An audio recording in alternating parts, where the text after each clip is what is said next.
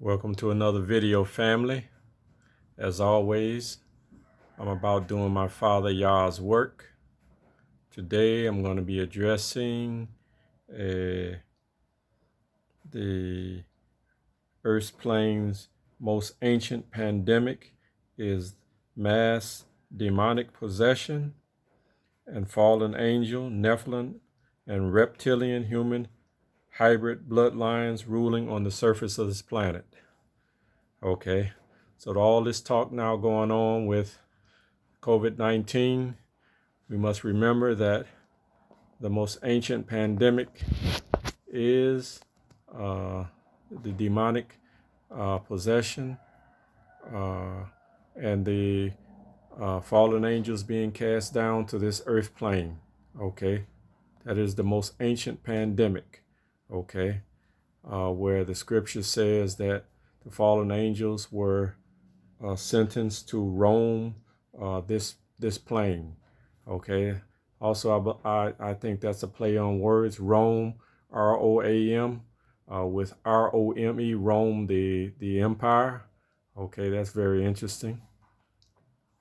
So to begin, when the fallen angels came down to this plane, okay, they had to set up their structure, okay, their buildings and such, okay, and so the areas that they chose to dwell, inhabit, and rule from, I think were very negative places on this plane, where they chose to set up their architecture and their structures. Okay, and I found a very interesting article that talks about architecture. So I'm going to read a little bit of that to kind of explain what I'm talking about. Okay, this video is probably going to be multiple parts, so please stay with me and watch the series until the completion. Okay. So we began talking about architecture, okay, and so in this one particular article,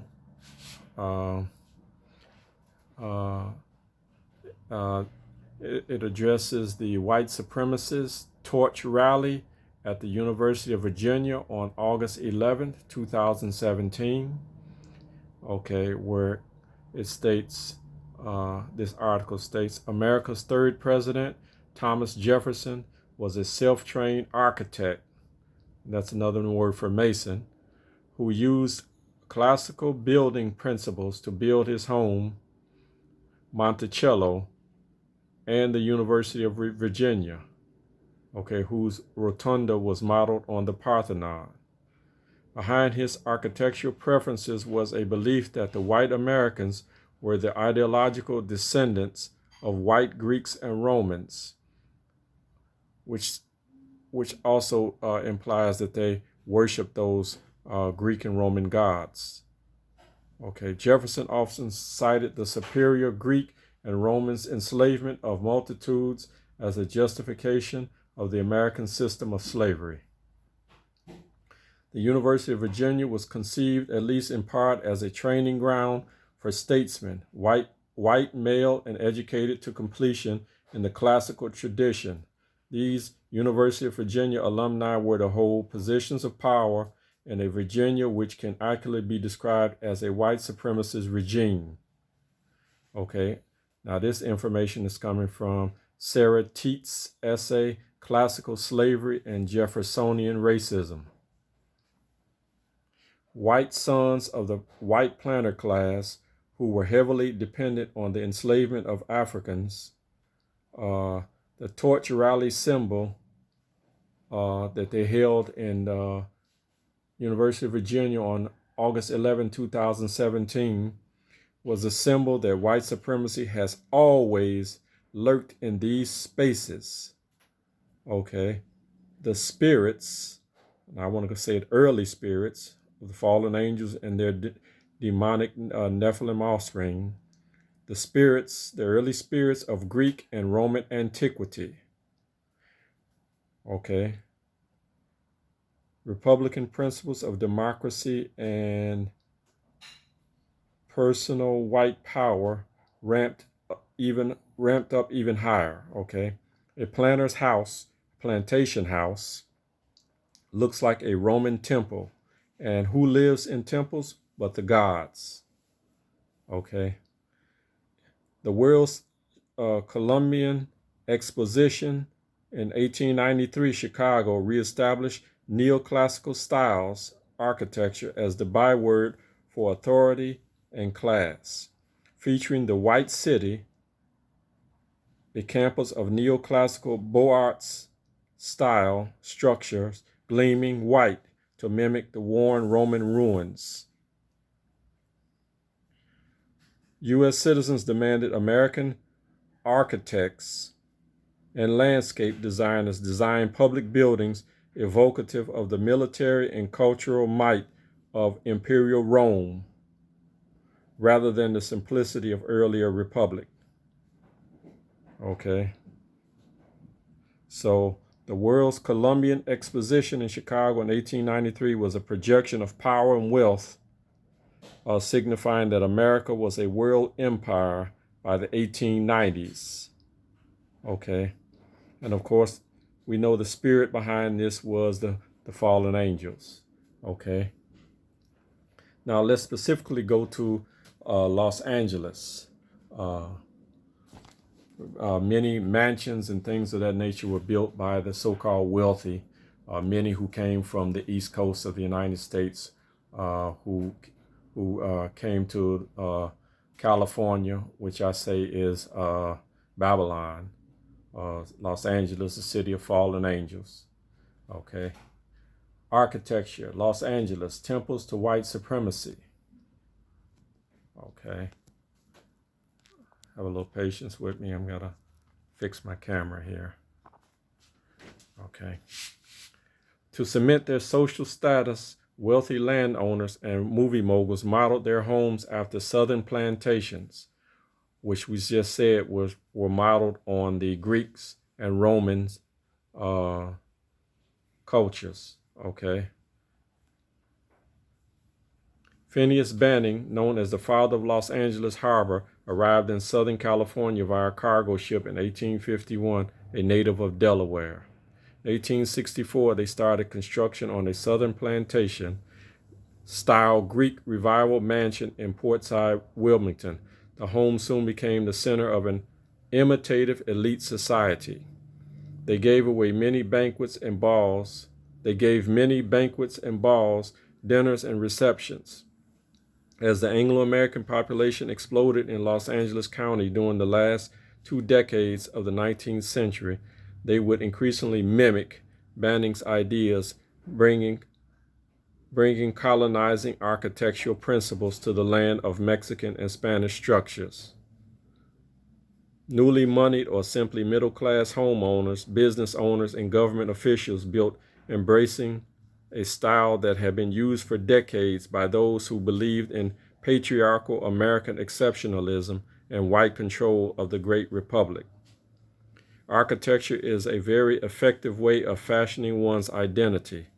In Southern California, Los Angeles County, they could have the chance to start the American experiment over in a truly idealized setting, a chance for these homeowners to become the powerful and prestigious people who had typically shut them out in their home states.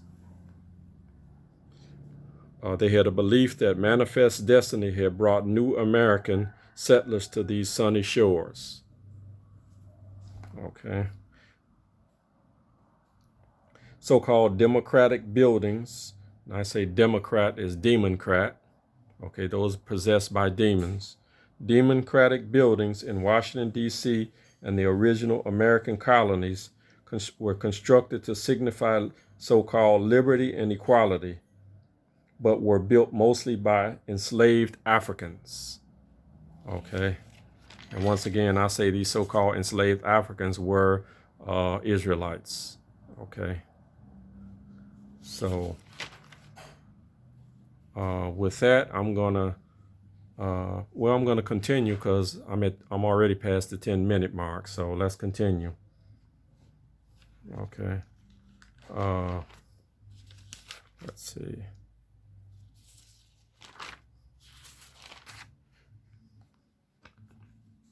Conrad Hilton's Bel Air mansion, which was built in the Greek style, 1929. Was that 79? One of those. America was becoming a land of immigrants. Now, I talked about in an earlier video how immigrant is just another word for a shell. Okay, a shell that is a humanoid shell that's used by demons. Okay, America was becoming a land of immigrants. Okay, the East Coast in particular was being overwhelmed, they thought, by European immigrants, Eastern European Jewish, Italians, etc. And so they wanted to present a model of what they thought of as European culture, high European culture.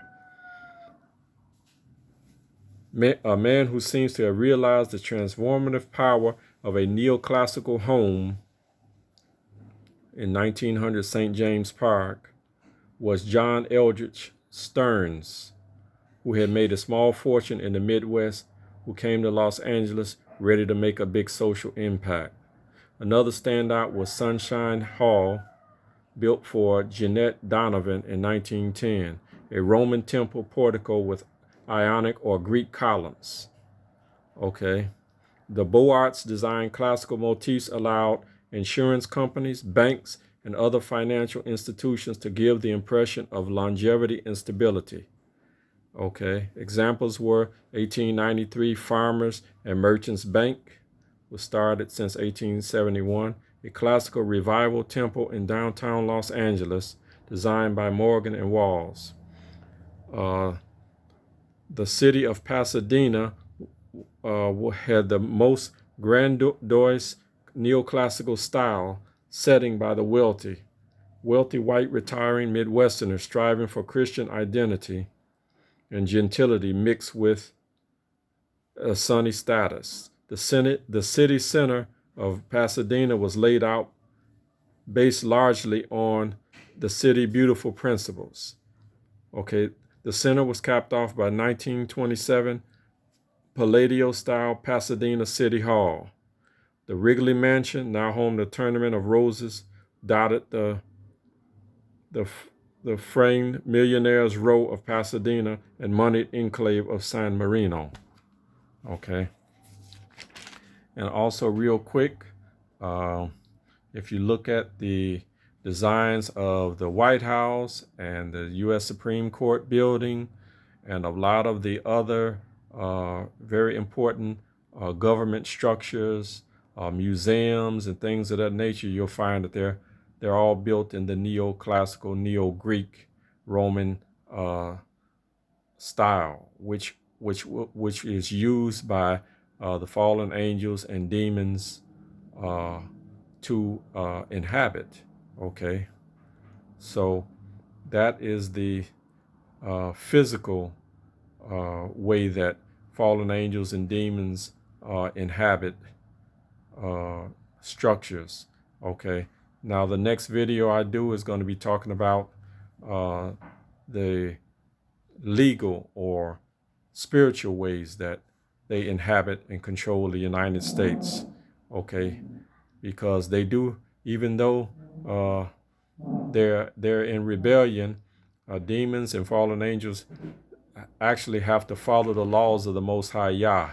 And this is where the legal profession comes in, lawyers and the satanic machinations they have created through the law. So stay tuned for that video and have a nice day.